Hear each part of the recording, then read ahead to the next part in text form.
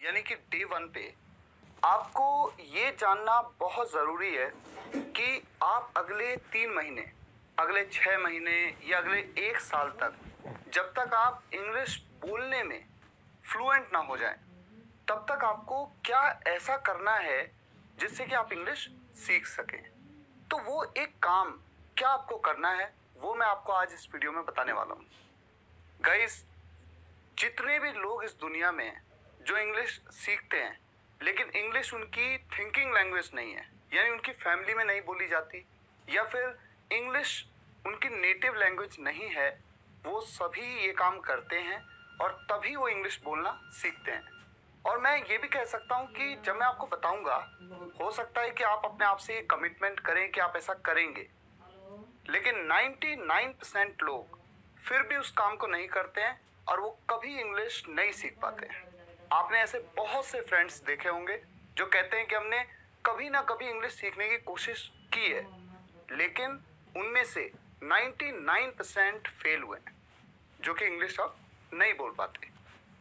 तो क्या है वो चीज़ मैं आपको बताने वाला हूँ। वीडियो को ध्यान से देखिएगा और हो सके तो नोट्स बना लीजिए, क्योंकि चीज़ें आपको एकदम से याद नहीं रहेंगी और जब आपको उन्हें इम्प्लीमेंट करना होगा तो आप अपनी नोटबुक को देख सकते हैं।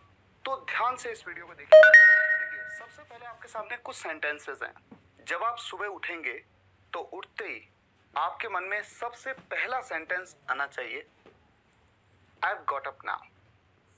ये जो है ना, आई हैव, इसे कैसे बोलना है? आ य व, I have got up now. मैं उठ चुका हूं अब मैं उठ चुका हूं। तो जैसे ही आपकी आंखें खुली, आपने अपने मुंह से इंग्लिश बोलना शुरू किया और आपका पहला सेंटेंस आया, I have got up now. अब जब आप उठ जाते हैं तो आप बेड से उतरेंगे, अपने बिस्तर से उतरेंगे, तो आपको बोलना है, अच्छा ये केवल सोचना नहीं है, आपको बोलना है, मुंह से बोलना है। जितना बोलेंगे तभी तो इंग्लिश आएगी। आई एम, ये क्या है? आई एम, आ य म, ऐसे नहीं आई एम नहीं। आपको प्रैक्टिस करनी पड़ेगी, कोई बात नहीं, प्रैक्टिस करिए सेंटेंसेस को उसी स्पीड में बोलने का जैसे मैं बोल रहा हूं, जैसे इंग्लिश बोली जाती है। I am getting off the bed, मैं बेड से उतर रहा हूं। उतरने को गेट ऑफ कहते हैं। ग्रामर में नहीं जाना है, नहीं सोचना है कि फ्रेजल वर्ब है, ये सब नहीं।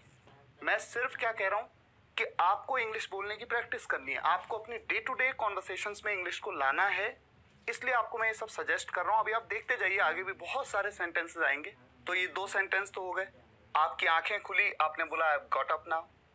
जैसे आप बेड से उतर रहे हैं तो आपने बोला I am getting off the bed, मैं बेड से उतर रहा हूं। ठीक है, उतरने के बाद आप क्या ढूंढते हैं? जनरल प्रैक्टिस है, आप स्लीपर्स ढूंढते हैं। स्लीपर्स का क्या मतलब होता है?